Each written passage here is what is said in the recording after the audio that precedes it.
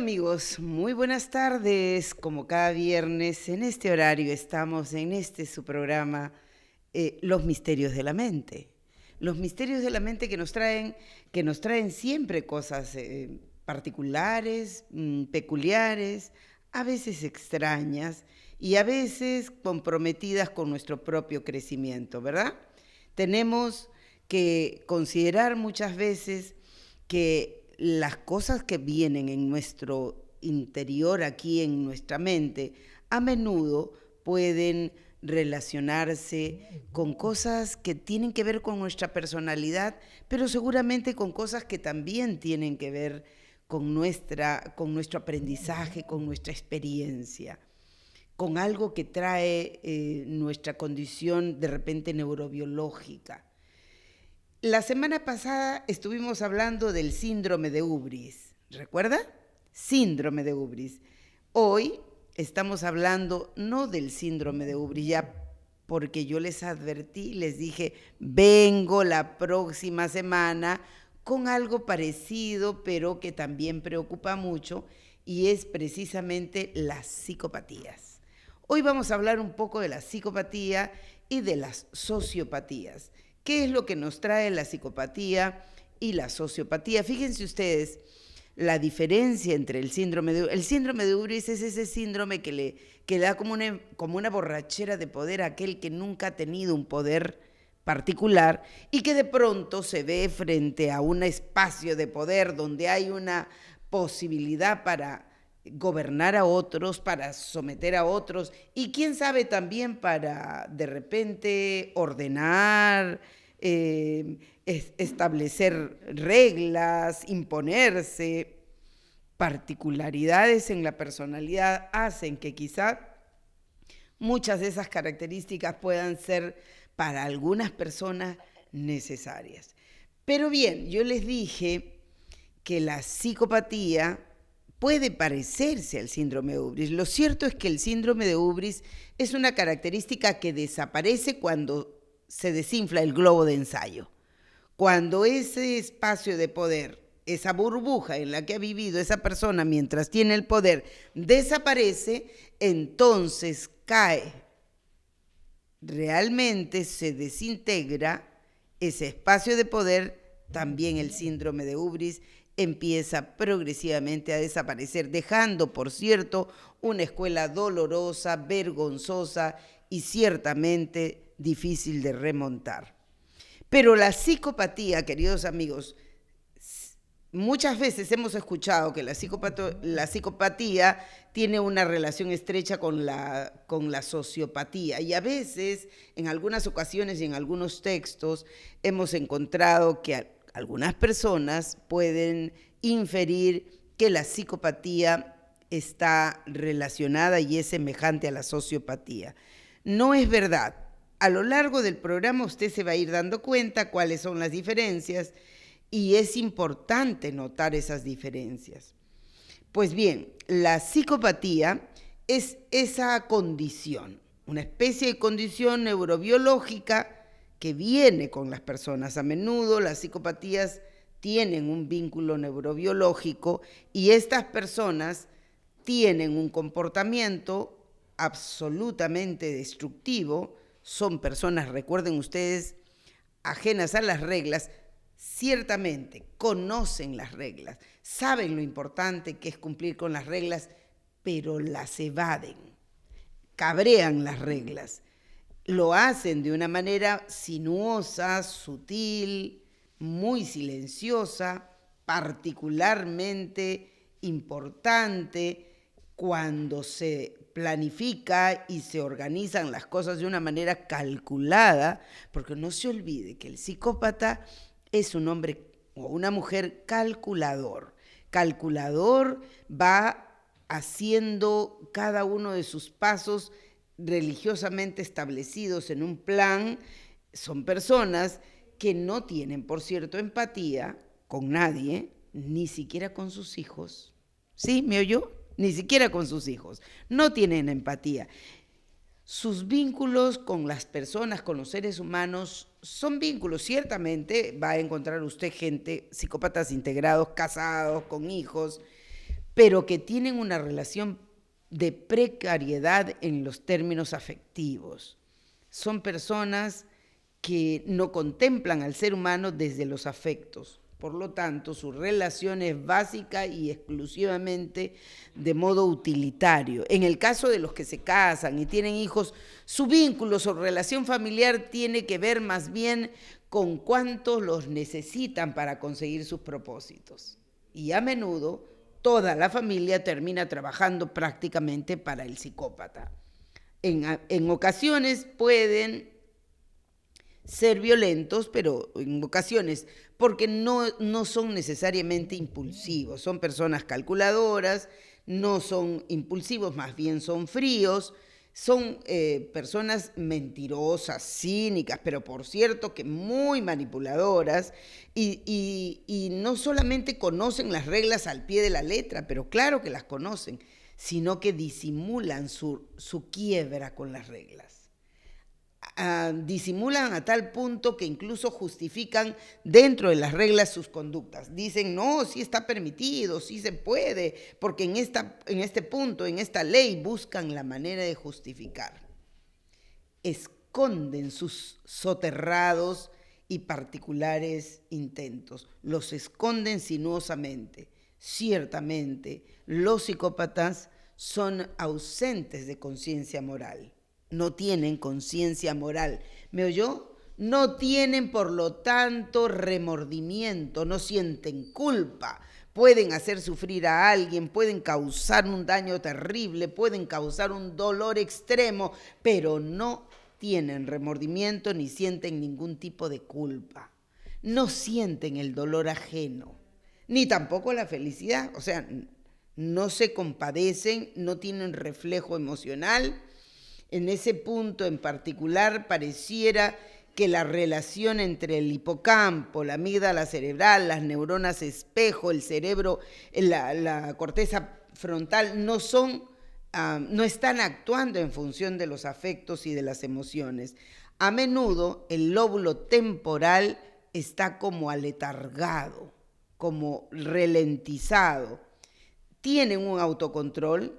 Ese autocontrol lo imprimen en su plan, en su cálculo, en su planificación. Obviamente, características particulares de su neuroquímica nos indican que efectivamente, así como está afectado el lóbulo temporal, así como está afectada la amígdala, probablemente los neuronas de espejo y el hipocampo, de igual manera hay una reducción significativa de la serotonina. Recuerda que la serotonina es esa hormona que participa en el proceso regulatorio del sistema inmune. Es la neurona es la sustancia que nos permite tener más o menos un equilibrio emocional, la serotonina. Y en este caso en particular, según varias experiencias habitadas e investigadas en laboratorios, se han encontrado reducidas las serotoninas a cantidades bastante particulares y significativas. Entonces, así como hay una ralentización, un trabajo bastante lento del hipocampo, también encontramos una particular reducción de las serotoninas. Muchas veces hemos pensado que las neuronas espejo son estas que nos reflejan las emociones del otro, son las que nos permiten entender, sentir, experimentar, sensibilizarnos, tomar conciencia de la emoción del otro, del afecto del otro, del dolor del otro o de la felicidad del otro. Pero en este particular caso, en el caso de los psicópatas, no encontramos esa respuesta. Ellos conocen las reglas, las disimulan, ellos pueden estar viendo que la persona se ríe, pero no experimentan una sensación de felicidad a causa del otro. Eso significa que las neuronas espejo, al recoger la imagen, no están replicando exactamente toda la imagen completa. Esto, por ejemplo, nos permite inferir que las neuronas espejo, el hipocampo, la amígdala cerebral y el lóbulo temporal podrían estar siendo afectados neurobiológicamente en razón a este particular cuadro llamado psicopatía. Debemos saber que en efecto el DSM-5, es decir, el Manual de Diagnóstico de Trastornos Mentales, no considera la psicopatía como un trastorno mental, por cierto. Ellos son absolutamente conscientes de que están violando las reglas, que están haciendo algo reñido contra las normas, que están haciendo algo reñido contra la moral y la ley, lo saben. Recuerden que hay ausencia de conciencia moral, no hay ese reflejo de conciencia que le permite cuestionar desde el punto de vista de la moral y la ética sus conductas. No existe, pero conocen las reglas y saben que la están infraccionando, pero no les importa. Se camuflan, se esconden. Son personas claramente dentro de la tipología narciso, ¿verdad? Son personas narcisas. Claro, en cierto modo, estas personas que aparentan un ego supremo, en realidad no estamos hablando de esa conciencia de superioridad que pudiera estar relacionada con ese ego supremo, sino estamos hablando en particular de un afán, de un propósito, de una necesidad de controlar, de gobernar, de imponerse por encima. Y eso es lo que les causaría a los psicópatas su mayor satisfacción. Es decir, conseguir su propósito, dominar al otro, someter al otro. Esa sensación de poder, de alto disfrute, es lo que hace que la persona caracterizada como psicópata pueda sentir ese logro, ese éxito. Hay una tendencia por la autogratificación, por sentirse engrandecidos, siempre cuentan de sí mismos, sobrevalúan su intervención, son personas que tienen aparentemente un ego grande, pero en realidad tienen muchos miedos y son personas que obviamente se sienten felices al sentir su grado de superioridad por encima de los otros. Se aíslan, a menudo pueden aislarse y hacer sus triquiñuelas en forma individual, pero también les gustan las multitudes, los grupos humanos donde la gente los valora, los aplaude, los destaca. Esa sensación de poder afectivo y emocional que sienten cuando alguien los aplaude, les concede poder, les da esa condición imperante emocional sobre los demás, es una sensación indescriptible para ellos de felicidad. Ese es el psicópata. A menudo sabemos que las diferencias entre el psicópata y el sociópata de repente son muy tenues, pero es importante que ustedes se den cuenta que, por ejemplo, el psicópata tiene una condición neurobiológica. Hay una relación estrecha con su nacimiento. Desde muy niño el psicópata puede ser reconocido como un psicópata. Es decir, se identifica con tales características como las que acabamos de mencionar. Es decir, pueden ocultar, saben, por ejemplo, que matar a un animalito es malo, entonces cuando ellos matan a un animalito, pues lo ocultan porque saben que eso estaría mal, y en realidad ocurre muy a menudo y quizás de manera impensable. Ocurre con gente que nos conoce, que está ahí cerca de nosotros, que pueden ser vecinos, amigos, parientes, muchos de ellos psicópatas integrados, no lo olvide. En realidad, ¿y cuáles serían? Porque recuerde que aquí hay un ser humano caracterizado propiamente como un ser humano, pero que es un manipulador, es un mentiroso, es un cínico, es frío, es planificador, apunta a conseguir sus objetivos, siempre está persiguiendo poder, no siente el dolor de los demás, cero empatía, pero su condición viene desde muy pequeño, desde prácticamente cuando nacen, traen esta condición, por eso hablamos de una condición. Fíjense ustedes, cuando en cambio vemos un sociópata, la característica principal del sociópata es que no es como el psicópata más o menos calculador y frío, no. El sociópata es impulsivo, iracundo, puede explotar y desbordar en un conjunto de emociones sin control. Igualmente, como en el caso del psicópata, es manipulador, es cínico, tiene una personalidad absolutamente narcisa. A diferencia del psicópata que no se relaciona adecuadamente con otros seres humanos, es decir, no tiene afecto, no tiene cariño, no se relaciona, no hay un vínculo afectivo ni con sus hijos. Mientras que el sociópata puede que sí. El sociópata en ocasiones sí tiene relaciones afectivas, sí le importa, le puede importar la esposa o los hijos. Entonces ahí estamos hablando de sociópatas.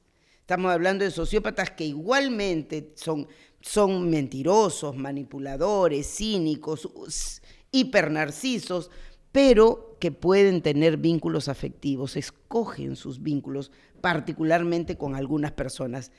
En lo que se asemejan totalmente al psicópata es efectivamente que tiene un afán extremo de poder.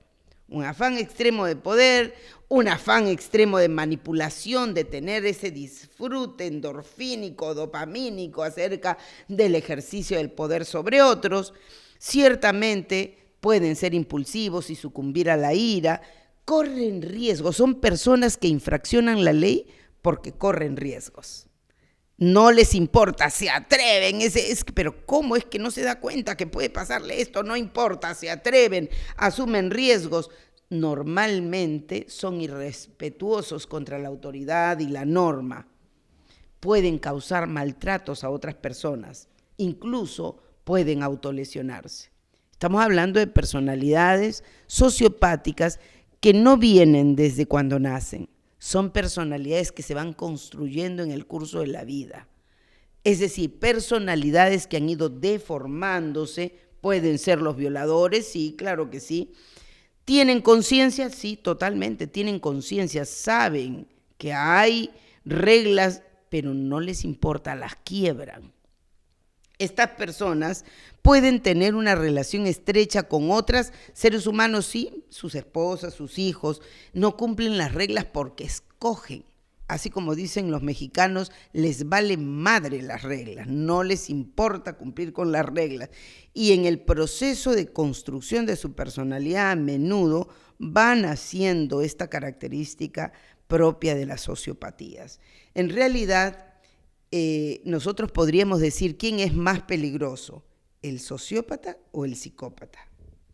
Eso le dejo a usted para que lo piense. El psicópata que calcula, que es planificador, que es frío, que utiliza a las personas, o el sociópata que es impulsivo, iracundo, también utiliza a las personas, usa a las personas según sus necesidades y las desecha cuando ya no las necesita. Ciertamente, estas características, queridos amigos, sobre todo las psicopatías, las encontramos a menudo en el espacio de poder, allí en el trabajo, allí en el Congreso de la República, en las municipalidades.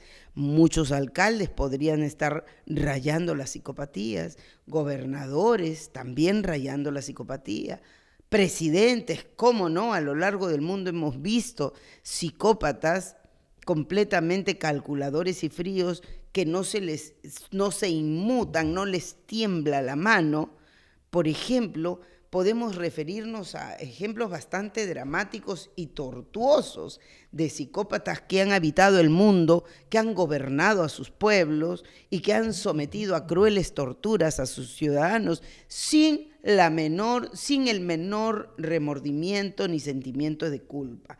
Estamos hablando de personalidades, algunas probablemente psicópatas, otras seguramente sociópatas, pero recuerden un detalle, existen los caracterópatas. ¿Saben? Los caracterópatas son esas personas que obedecen a pie juntillas lo que el psicópata ordena. Estos tiempos, los actuales tiempos, nos están refiriendo un grave riesgo y un particular y dramático momento en el que nos damos cuenta que hay autoridades que ordenan cosas así de descomunales y crueles, y hay, sin embargo, quienes obedecen. Es terrible darnos cuenta cómo es que el ser humano, a pesar de que tiene un nivel de conciencia, a pesar de que tiene un nivel de experimentación de lo que acontece, sabe distinguir porque hay un grado de discriminación en su posibilidad de razonante, sabe discriminar entre lo que es bueno y es malo. No obstante, si alguien le ordena, si su autoridad reconocida como tal le ordenase cometer una infracción contra las reglas morales, probablemente muchos de estos seres humanos obedecerían bajo parámetros de autoridad. ¿Qué pasa ahí? ¿Cuál es el entronque que tiene la autoridad humana que hace que el ser humano pueda quebrar su patrón ético, moral y obedecer condiciones elementales de muerte, por ejemplo? Hay experimentos que se han realizado con seres humanos donde se le sometía a la persona a una acción de un choque eléctrico, electrocutarlos, y las personas estas reclutadas para este experimento les habían dicho: ustedes van a hacer eso y van a pasar solo pequeños choques eléctricos, pero resulta que en el proceso del experimento los choques eléctricos aumentaban y podían ponerse en riesgo a la persona y morir. Sin embargo, los resultados fueron realmente dramáticos y sorprendentes. Más del 60% de estas personas, creo que en un afán bastante terrible y asombrosa, más del 60 y tantos % de estas personas sometidas a este experimento en realidad sucumbieron a la orden y a la autoridad, a pesar de que ese indicador podía poner en peligro la vida de otras personas. Mire usted, eso me parece realmente dramático y terrible que lo pasemos por alto. Tenemos que evaluar qué está pasando con el cerebro humano que hace que este tipo de cosas no se contemple, no se considere. ¿Quiere decir que acaso estamos teniendo un desarrollo de personalidades tanáticas a la que no les importa absolutamente nada? ¿Quiere decir que estamos cerca de repente a, por ejemplo, un Rafael Trujillo en Santo Domingo torturando a mujeres? ¿Recuerdan ustedes las hermanas Mirabal? Murieron, fueron torturadas, perseguidas, torturadas por la policía bajo el régimen del dictador Rafael Trujillo, de una manera terrible, de una manera persecutoria, cruel.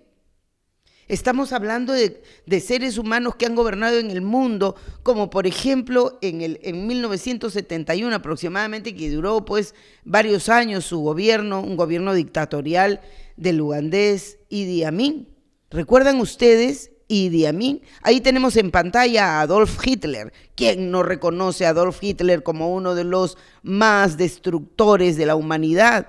Una persona a la que miles de muertos el mundo recuerda y le debe. Miles de muertos, pero no solo muertos en batalla. Bueno, muertos en batalla, un ejército contra otro, quizá podría, aceptarse dentro de la lógica de la guerra. Pero Hitler asesinó seres indefensos, seres desarmados. ¿Y cómo es que Hitler pudo hacerse cargo de esto y algunos seres humanos bajo sus órdenes pudieron ejecutar estas muertes? Por ejemplo, se conoce que padres de familia, comunes, corrientes, estaban allí reunidos y muchas veces de estos padres de familia contribuían con la causa de la guerra contra los judíos, guerra entre comillas. Tenían familias, estos padres de familia se reunían con sus hijos en las mañanas y a determinada hora iban a cometer su acción obediente con el régimen y asesinar seres humanos, asesinar personas que estaban en estado de prisioneros y estaban sometidos. Entonces había que asesinarlos porque, claro, la resistencia humana probablemente ha sido tremendo y ha tenido que utilizar una serie de herramientas estratégicas, las prácticas de Adolf Hitler a través de la obediencia. ¿De quiénes? ¿Quiénes son esos obedientes hombres que ejecutan la orden y la hacen cumplir a rajatabla? Los caracterópatas. Esos son los caracterópatas. Entonces Hitler tenía como caracterópatas de repente a un Mengele, tenía varios otros caracterópatas que cumplían al pie de la letra sus mandatos y sus órdenes. No importa el patrón moral, el patrón ético, no importa. De eso estamos hablando, del peso de la autoridad. Ese peso de la autoridad se funge a través de un caracterópata y se ejerce de una manera sin dudas ni murmuraciones. ¿Le parece conocido? Sin dudas ni murmuraciones. Se obedece. Muchas veces los organismos castrenses refieren este tipo de prácticas. Sin duda ni murmuración, la orden se obedece. Si la orden tiene que ser matar a inocentes, también se obedece. Si la orden tiene que ser matar a indefensos o niños o algo parecido, también se obedece. ¿Quiénes obedecen eso? Los que están subyugados bajo el patrón de la autoridad, los que su cerebro ya no responde con conciencia, los que han sido atrofiados su nivel de conciencia, obviamente, como aquellos que fueron sometidos, ¿recuerda usted estos 10 policías que violentaron sexualmente a su compañero policía? ¿Bajo qué influjo estaban ellos? ¿Alguien les ordenó violentar sexualmente? No, nadie les ordenó, pero lo hicieron bajo un mandato, ese mandato mental. Su patrón mental está embebido de esta cultura tanática de la muerte, de la destrucción, del dolor, del daño. Entonces, mire usted Hitler. Tenemos a Idi Amin Dada. Usted recordará, Idi Amin fue gobernante ugandés y fue reconocido en los años 70 por ahí. Fue reconocido principalmente, ¿sabe usted por qué? Porque fue un líder contra el racismo. Y este líder contra el racismo se hizo destacar precisamente contra el racismo, pero eso le granjeó las simpatías y terminó gobernando entre 1971 hasta aproximadamente 1979 en Uganda, después de una barbaridad de torturas, persecuciones y asesinatos. Recuerden ustedes que Idi Amin no solo era un asesino, un criminal, sino que además también era un caníbal. Él comía carne humana. Y alguna vez, enfrentado a una interrogante, le preguntaron: ¿y usted come carne humana? ¿Por qué come carne humana? Y él dijo que le parecía que la carne humana era más rica, más blandita, más saladita. Imperturbable Idi Amin, imperturbable. ¿Estamos hablando de un sociópata o estamos hablando de un psicópata? Que luego de matar, asesinar, descuartizar, podía sentarse, calentar, cocinar y comerse la carne humana de su víctima. ¿Estamos hablando de un psicópata o de un sociópata? De un sociópata furibundo que podía perseguir, la ira lo gobernaba, o de alguien que planifica, persigue a sus enemigos hasta que los captura, los mata, los descuartiza y se los come. ¿Verdad? Estamos hablando de un psicópata.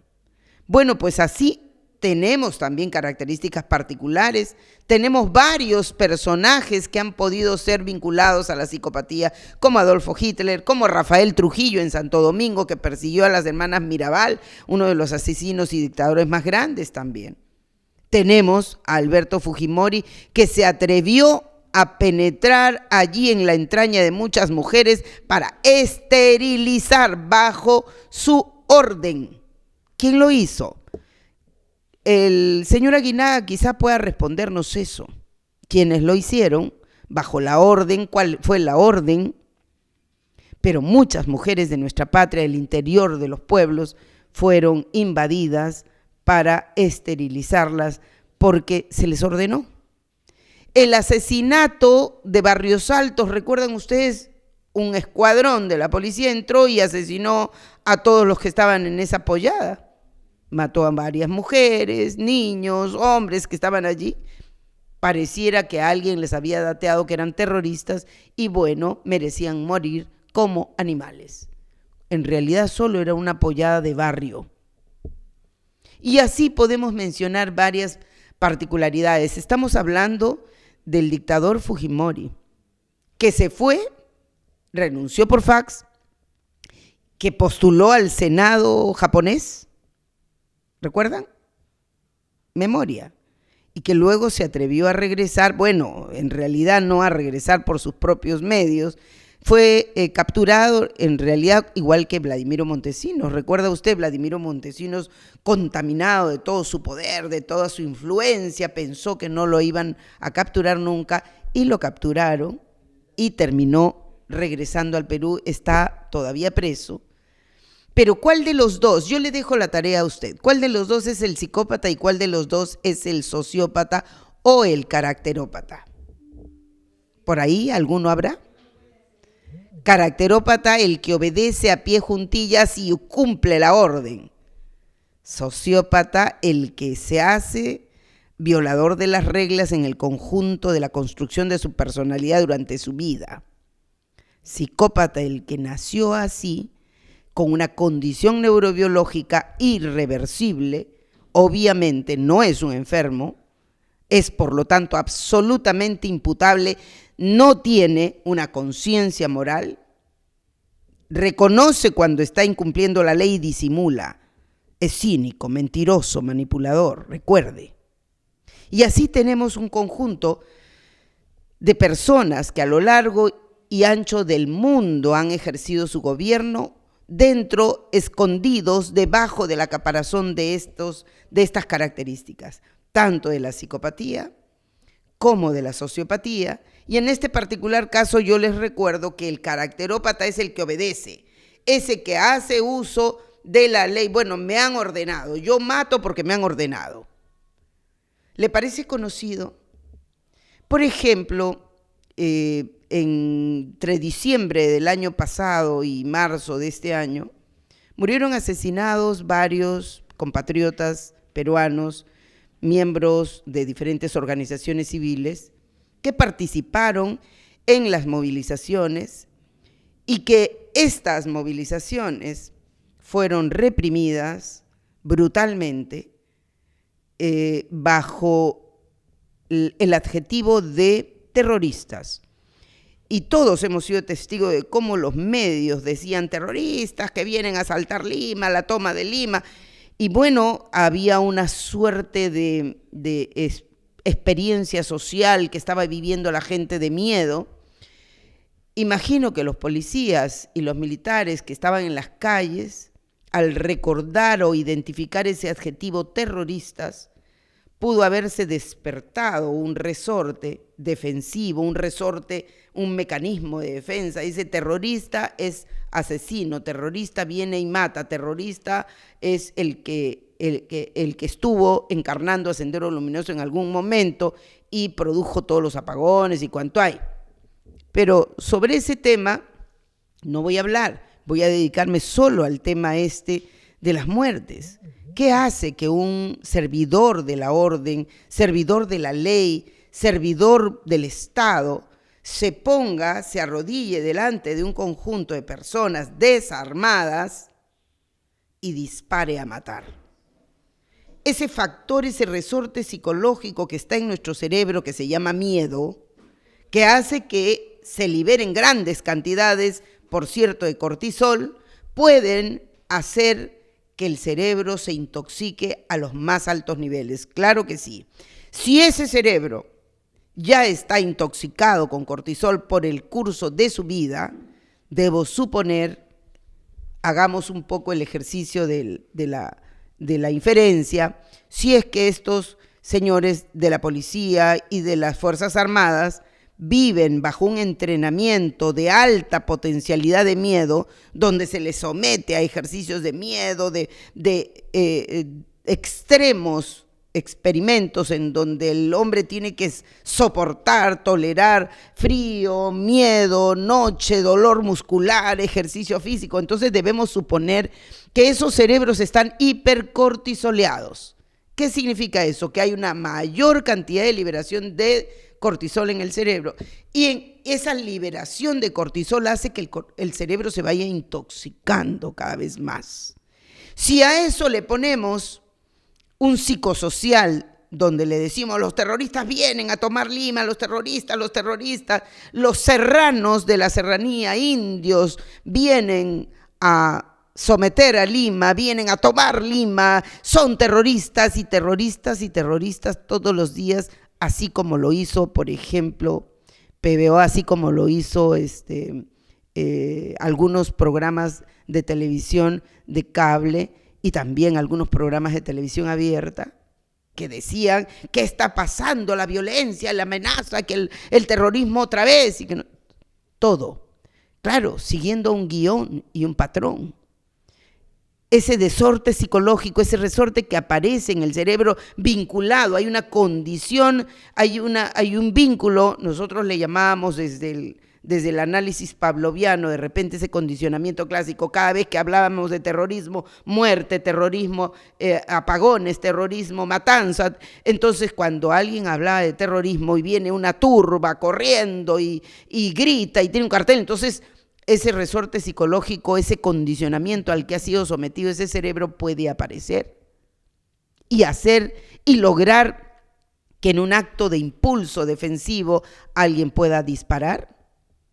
¿O es que hay una premeditación y hay un control desde atrás, desde quien gobierna, quien dirige, quien dice, te van a matar, son terroristas, te van a matar, son terroristas, y entonces tú sacas tu arma y disparas?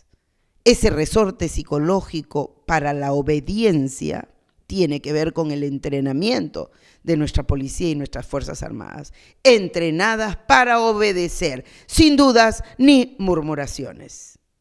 Esta es una amenaza contra la humanidad entonces.